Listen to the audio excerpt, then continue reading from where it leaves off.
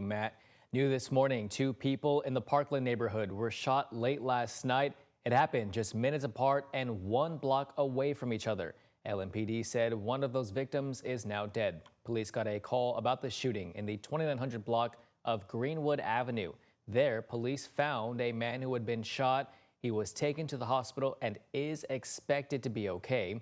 Just minutes later, police got another call about a shooting on the 3000 block of Greenwood Avenue.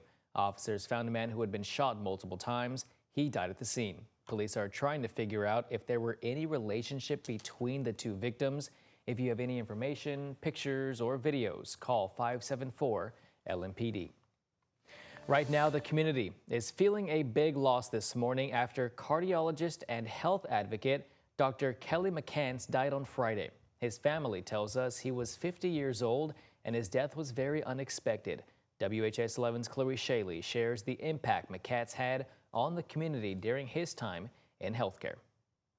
But when we think about cardiovascular disease, hypertension, diabetes, it disproportionately affects those communities. Dr. Kelly McCants speaking out for the better health of underserved communities, a calling that motivated him often in the metro.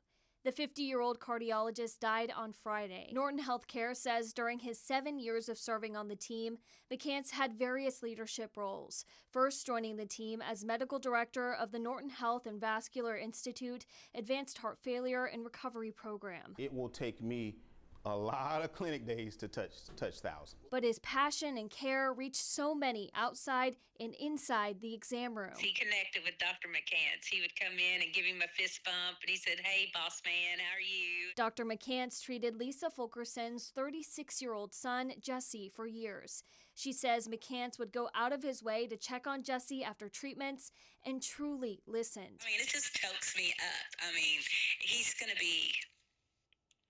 be missed, you know, and then you have to learn to trust. You've got to learn to trust someone all over again. With the launching of the Institute for Health Equity, McCants took on the role as its executive director, guiding the organization's efforts to remove barriers to care and create a blueprint for equitable health access. That becomes more compounded, particularly in African Americans who haven't historically had that relationship with providers. McCants helped lay the foundation for the long-awaited West Louisville Hospital. Lyndon Pryor with the Urban League says McCants has been a partner with the organization for years. What was clear about Dr. McCants was how much he cared about his community and ensuring that everybody had access to quality health care, and that we were looking at health outcomes from every lens possible to ensure that people could be their best selves. As Norton Healthcare says, Dr. McCants' legacy is one of vision, a doctor whose compassion filled his patients and fueled his social justice. Chloe Shaley, WHAS11 on your side. McCants' family is currently coordinating funeral arrangements. They say they're grateful for the prayers, love, and support during this difficult time.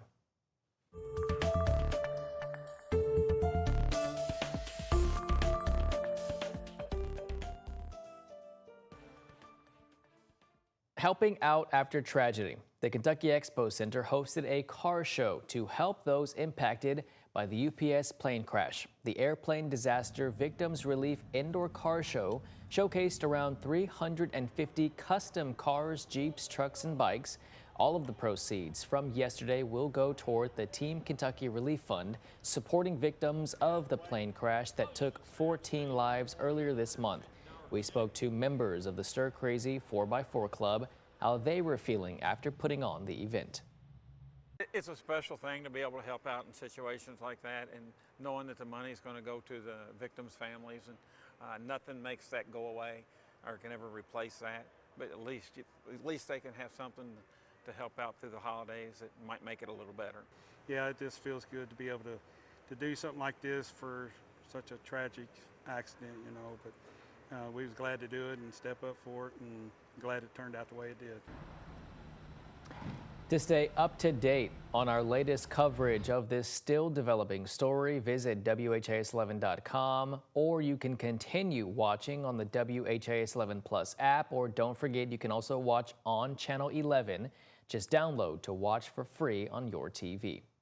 Well, JCPS has several new construction and boundary changes for the next school year, and they want to hear from families and staff at some upcoming forums. The first one is tomorrow from 5 to 6 at night at Kammerer Middle School. On Tuesday, same time at the JCPS Center for Professional Learning. Then again on Wednesday, 5 to 6 at the Academy at Shawnee. The proposals are expected to be presented to the board for a final vote at the December 9th board meeting.